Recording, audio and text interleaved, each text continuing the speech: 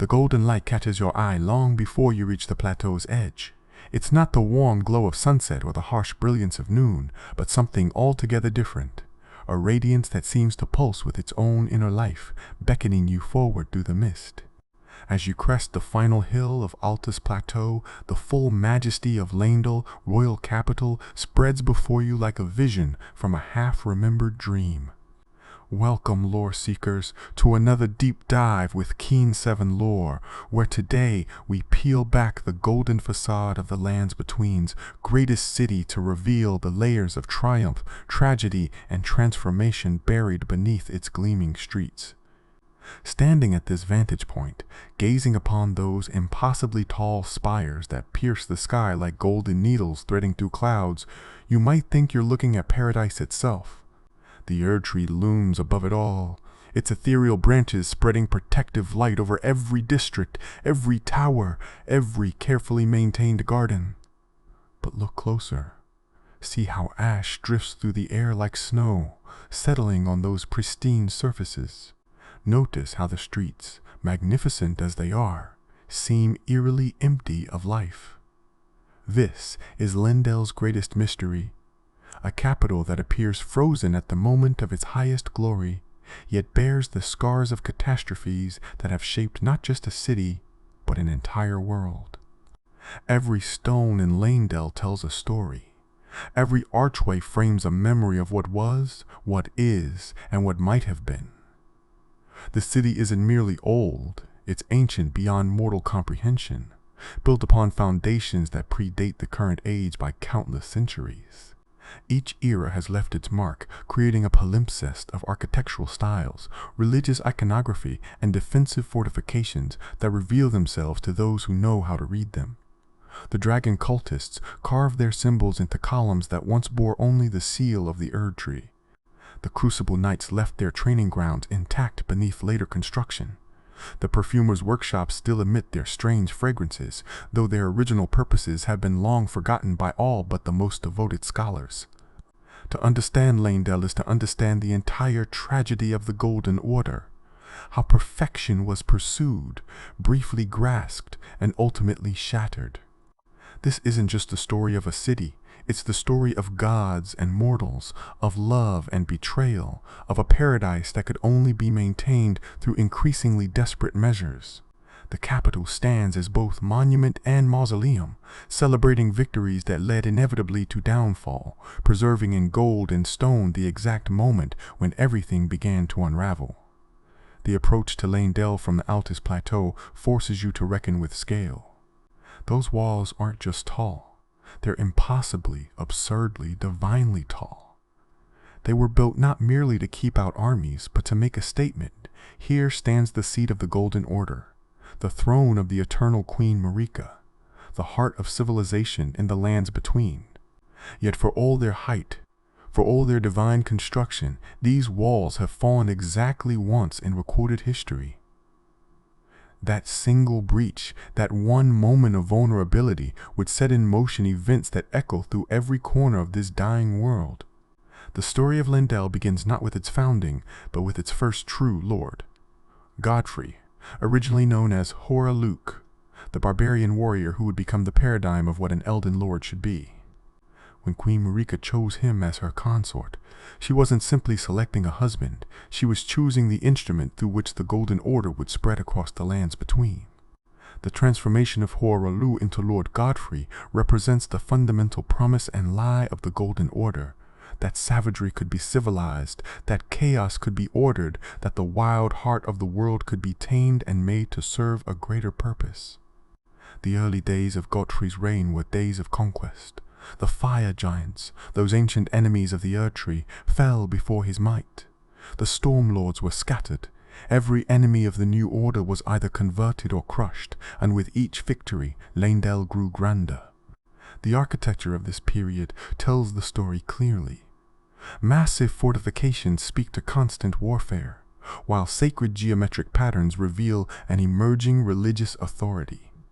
The city was simultaneously fortress and temple, a place where military might and divine mandate merged into something unprecedented. But it was in his children that Godfrey's legacy would truly take shape.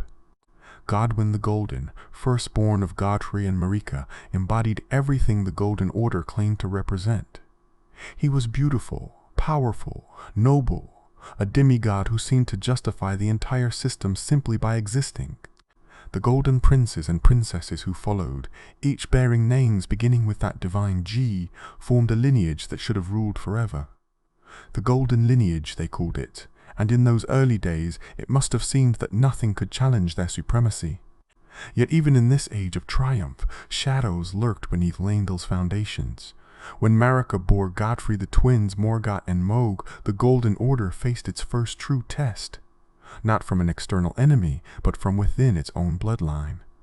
The twins were born as omens, cursed beings whose very existence contradicted everything the Golden Order preached about perfection and divine grace.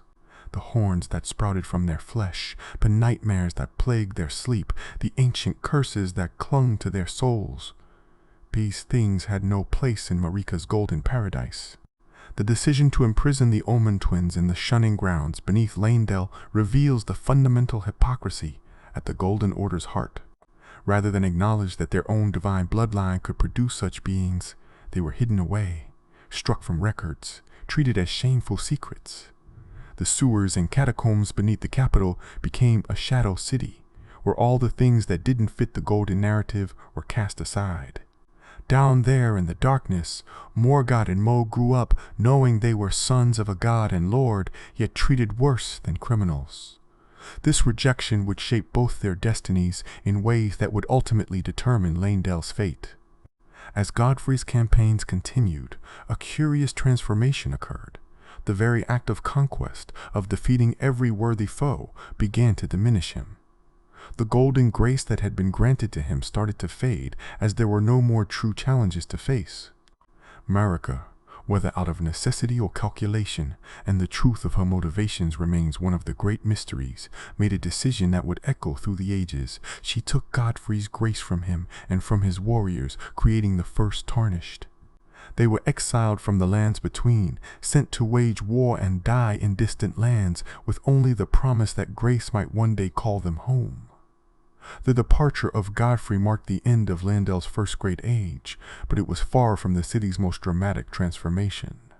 That would come with the War of the Ancient Dragons, a conflict that began with the most spectacular assault the capital had ever witnessed. Gransax, a dragon of such impossible size that even today his corpse serves as one of Leyndell's most recognizable landmarks, descended upon the city like a living mountain. His assault represents the only time in recorded history that Leyndell's legendary walls were breached. The dragon's spear, larger than most buildings, pierced through defenses that were thought impregnable. The sight of Gransax's attack must have been simultaneously terrifying and awe-inspiring. Here was a creature from an age before the Erdtree, before the Golden Order, before Marika herself perhaps. The ancient dragons weren't merely beasts. They were living symbols of an older order, one where stone scales and lightning were the ultimate expressions of power. Their red lightning, different from the golden lightning that would later be adopted by the capital, carved through Leyndell's defenders like a force of nature, asserting its primacy over mortal constructions. The war that followed reshaped not just Leyndell's defenses, but its entire spiritual framework. For it was during this conflict that Godwyn the Golden, that paragon of the new order, achieved something thought impossible. Rather than defeating the ancient dragon Fortissax through strength of arms, Godwyn befriended him. The specifics of how this friendship formed remain shrouded in mystery. Was it on the battlefield, with both warriors recognizing something noble in their opponent? Was it through some act of mercy or shared understanding?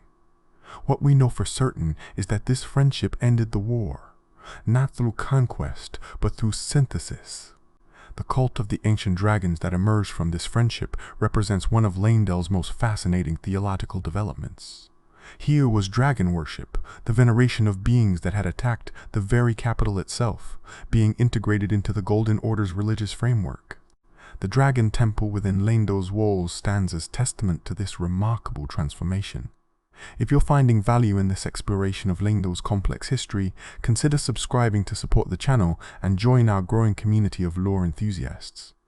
Your support truly makes these deep investigations into gaming's richest narratives possible. The Dragon Knights who emerged from this cult wielded red lightning, not the gold of the Erdtree, but the ancient crimson power of the dragons themselves. They performed ritual worship, attempting to gain the strength of dragons through devotion and practice. Some even began the gradual transformation into dragons themselves, their bodies slowly growing scales, their hearts beginning to beat with draconic power. The fact that such practices were not only tolerated, but celebrated in the capital of the Golden Order shows how dramatically Godwyn's friendship with Fortissax had changed the theological landscape. The integration of dragon worship created new architectural necessities within Leyndell. Spaces had to be carved out for dragon communion, for the practice of lightning incantations, for the preservation of draconic artifacts. The capital's skyline changed as spires were modified to accommodate the Dragon Knight's aerial training. The very stones of certain districts still bear the scorch marks of red lightning, permanent reminders of this era when two seemingly incompatible forms of power found harmony. This period of synthesis and growth would prove to be Leyndell's true golden age. With Godfrey gone and Godwyn serving as the de facto leader of the golden lineage, the capital experienced unprecedented prosperity. The various schools of magic gravity sorceries from the east, death hexes from the proper channels, incantations of the Erdtree, all found their place within Leyndell's great libraries and academies. The Perfumers developed their craft, creating both healing draughts and deadly poisons. The knights refined their combat arts to near perfection. It seemed, for a brief shining moment, that the Golden Order had achieved its promise of eternal prosperity. But eternity is a promise that even gods struggle to keep. The event that would shatter this paradise began not with an army or a dragon, but with assassins in the night. The Night of Black Knives remains one of the most pivotal and mysterious events in the Lands Between's history. What we know for certain, confirmed through multiple sources and the environmental evidence throughout Leyndell, is that on this single night, assassins wielding blades imbued with the power of destined death infiltrated the capital and struck at the Golden Lineage's heart. The primary target was Godwyn the Golden himself. The assassination was not merely murder. It was a metaphysical attack that carved the half-wheel of the curse mark of death into his very soul. The Black Knife Assassins, all women of Numan origin with close ties to Queen Marika herself, managed to accomplish what no army or dragon had achieved. They killed a demigod within the supposed safety of the capital.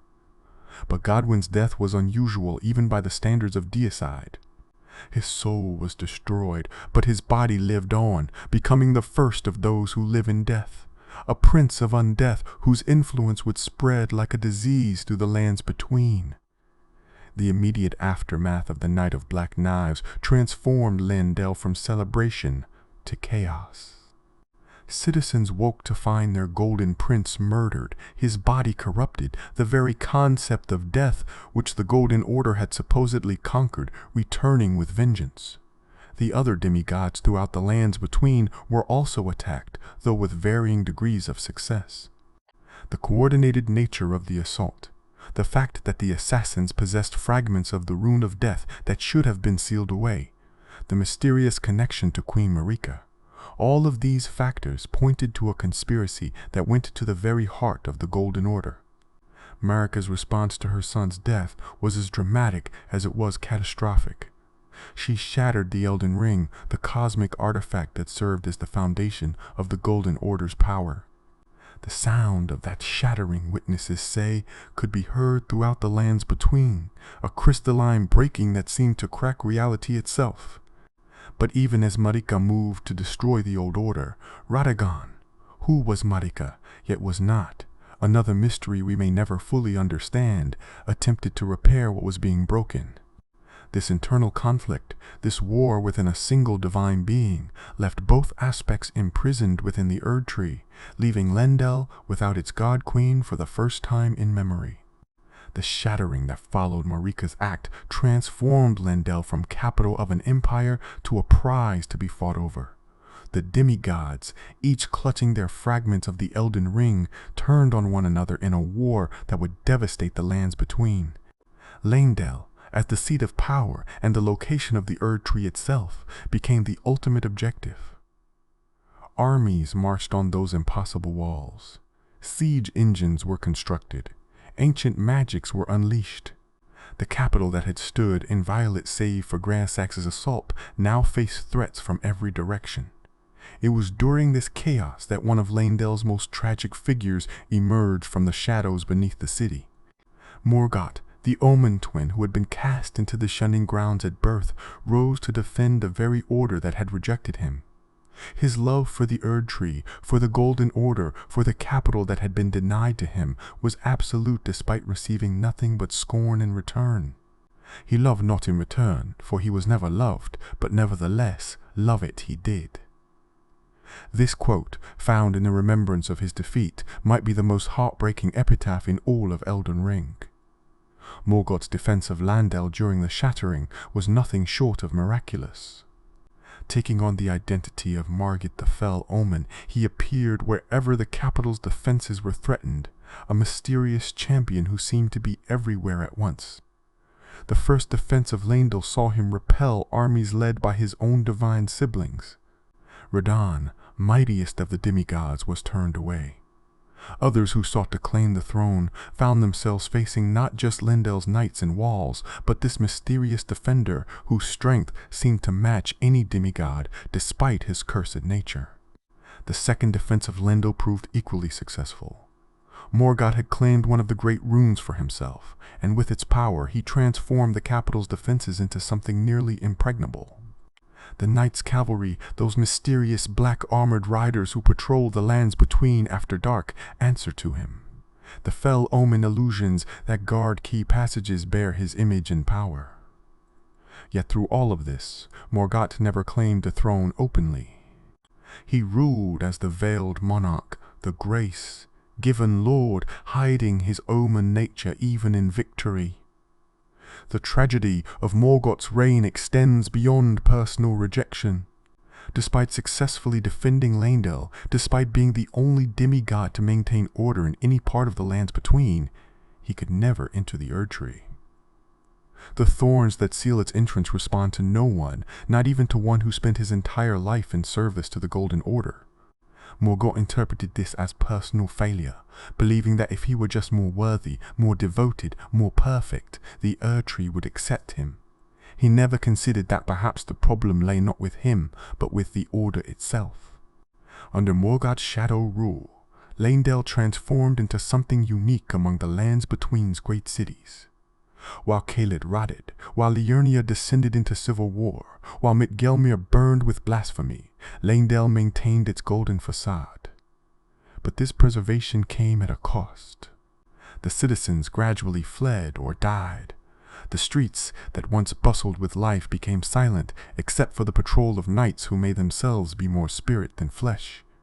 The city became a beautiful shell, maintaining the appearance of glory while its substance slowly drained away.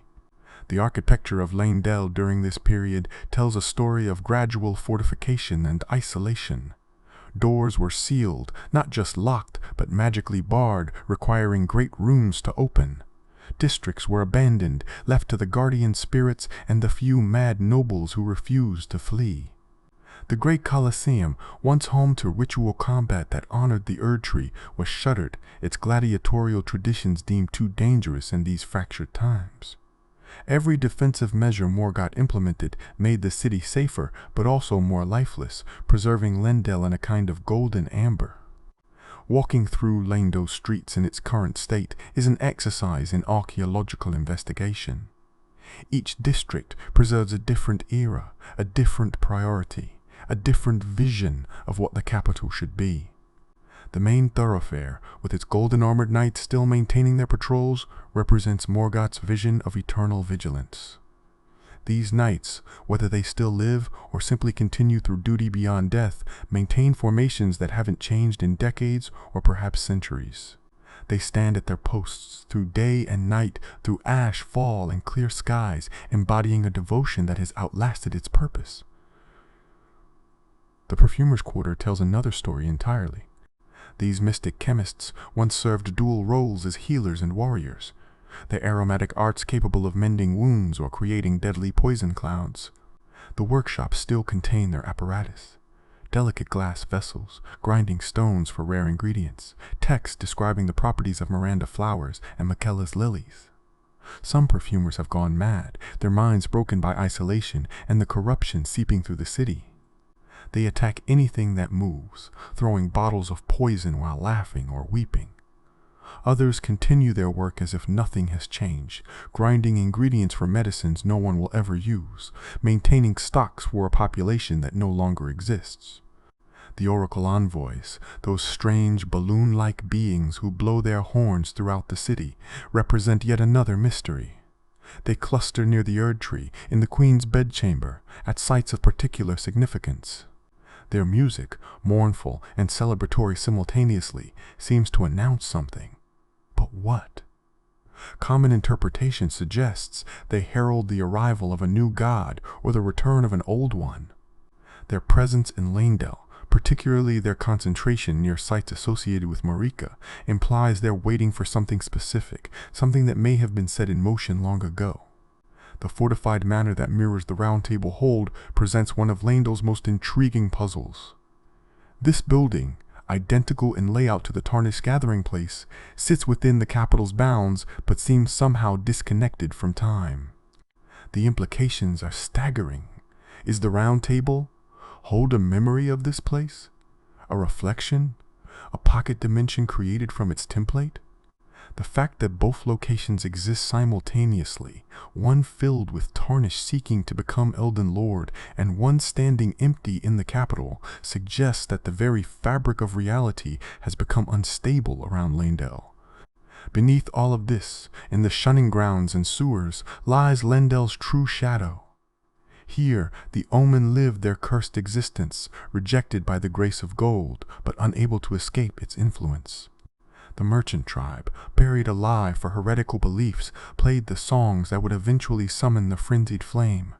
Morgott, before his escape to establish his own dynasty, left traces of blood magic that corrupt the waters still. These underground regions aren't just sewers. They're a complete inversion of the Golden City above, where all the Golden Order's failures and hypocrisies physically manifest. The presence of Gransax's corpse throughout all these transformations serves as a constant reminder of Leyndell's vulnerability. This titanic dragon, spear still clutched in its claws, has become so integrated into the city's architecture that buildings have been constructed around and through its body. No attempt was made to remove it, whether from inability or unwillingness to forget the lesson it represents. The corpse has become a monument to both Leyndell's lowest moment and its ability to survive and transform disaster into strength. The dragon cult elements scattered throughout the city provide evidence of how thoroughly Godwyn's friendship with Fortissax changed Leyndell's culture. Dragon communion altars, usually found in remote cathedral ruins, exist within the capital itself. The gravel stone seal, used for dragon cult incantations, can be found in places of honor. Even after Godwyn's death and the collapse of formal dragon worship, these elements weren't removed or hidden. They remain as testament to a brief period when ancient enemies became revered allies, when the impossible became doctrine. The environmental storytelling reaches its peak in the approach to the Erdtree itself. The path grows more golden, more perfect, yet also more obviously sealed against entry. The thorns that block the entrance aren't mere vegetation, they're a manifestation of rejection, of a cosmic door slammed shut. The bodies of finger readers lie near the seal, having despaired at messages that make no sense. The two fingers themselves, those interpreters of the greater will's intent, have fallen silent or mad, their guidance becoming increasingly erratic as they fail to comprehend why their god has abandoned them. When the Tarnished finally arrives at Leyndell, guided by grace to challenge Morgott and claim the throne, they encounter a city that exists in multiple states simultaneously. It's a living museum of its own history, a fortress preparing for sieges that may never come, a temple to a god who no longer listens, and a tomb for ideals that couldn't survive their own success. Every boss fight, every item discovery, every piece of environmental design reinforces these overlapping narratives. The battle with Morgott himself takes place before the Erdtree, the very symbol he spent his life defending. As he falls, he speaks not with hatred, but with pity for the tarnished, warning them that their ambitions are futile, that the Erdtree will never open, that the Golden Order's promises were always lies. His final moments reveal Godfrey, or rather, a golden shade of Godfrey that Morgott conjured, perhaps the only father figure he could imagine showing him kindness in death that was denied in life. This golden phantom of the first Elden Lord represents Morgott's deepest wish, to be acknowledged by the golden lineage he was denied membership in. After Morgott's defeat, the capital stands truly empty for perhaps the first time. The veiled monarch, who maintained its defense through sheer will, is gone. The knights continue their patrols through habit rather than command. The perfumers tend their gardens with no one to heal. The oracle envoys blow their horns for an audience that has finally, definitively departed. This is Leyndell in its final golden form, perfect, preserved, and utterly lifeless. The transformation into the Ashen capital represents not just physical destruction, but metaphysical collapse. When the Erdtree burns, when the rune of death is unleashed, when the age of the Golden Order finally ends, Leyndell transforms into something simultaneously more honest and more tragic. The ash that has always fallen now dominates everything, turning the Golden City gray. Entire districts simply vanish, not destroyed but erased, as if they never existed. The cheerful orchestration that once played through the streets becomes a mournful dirge, the music itself acknowledging what has been lost. The enemies that populate the Ashen capital differ from their golden counterparts in subtle but significant ways. They seem less substantial, more desperate, clinging to existence in a world that has moved past them. The new gargoyles that appear, creatures of death and ending, perch where dragons once did. The deathrite birds, harbingers of the end, circle overhead. Even the architecture seems to acknowledge its own impermanence, with buildings partially dissolved into ash and memory. What remains consistent through every transformation is the city's fundamental structure. Those impossible walls, those reaching spires, that basic shape that declares Leyndell's significance to any who observe it. The capital was built to outlast ages, and in a sense, it succeeded. But outlasting and truly surviving are different things. Leyndell preserved itself so perfectly that it couldn't adapt when adaptation was needed most. It maintained its form while losing its purpose, kept its beauty while sacrificing its life. The story of Leyndell is ultimately the story of the Golden Order itself, a system that achieved remarkable heights through synthesis and adaptation, only to calcify into dogma that couldn't bend without breaking.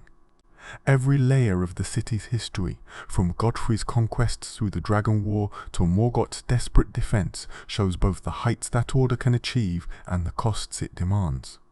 The capital stands as proof that perfection, once achieved, becomes its own prison. The items scattered throughout Leyndell tell individual stories that combine into this greater narrative. The coated sword, a blade of pure light that requires no physical form, represents the Golden Order's aspiration to transcend physical limitation. The Erdsteel dagger, forged from the Erdtree's own amber, shows how the divine was literally weaponized. Each piece of the tree's sentinel armor set carries descriptions of duty that outlasted meaning. These aren't just tools for gameplay, they're archaeological evidence of a civilization's priorities and beliefs. The magic systems present in Leyndell deserve particular attention for what they reveal about the capital's theological evolution.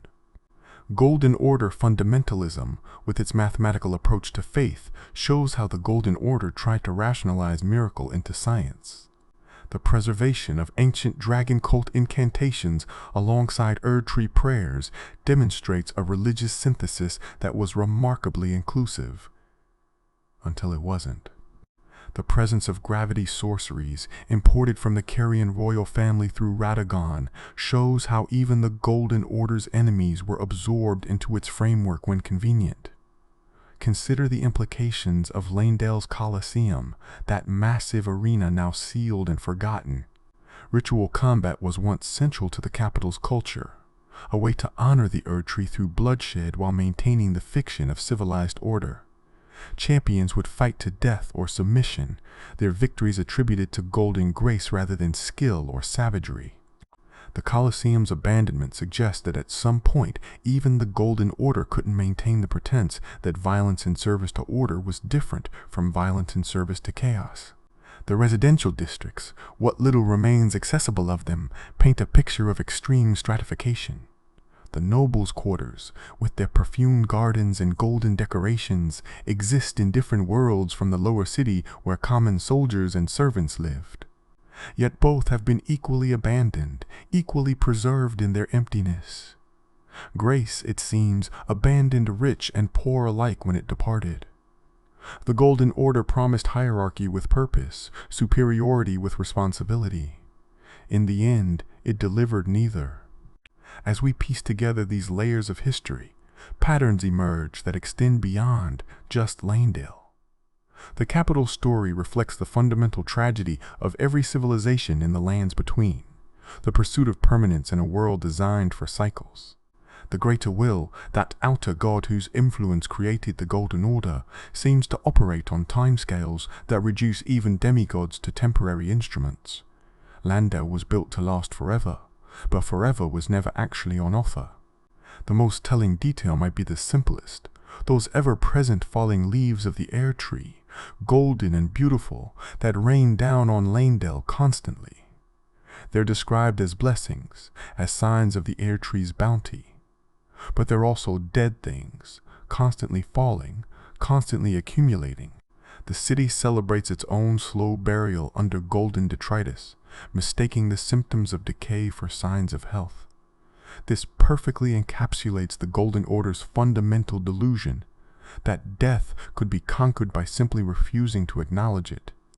In examining Leyndell's layers, we see how each age tried to overwrite the previous one while paradoxically preserving it.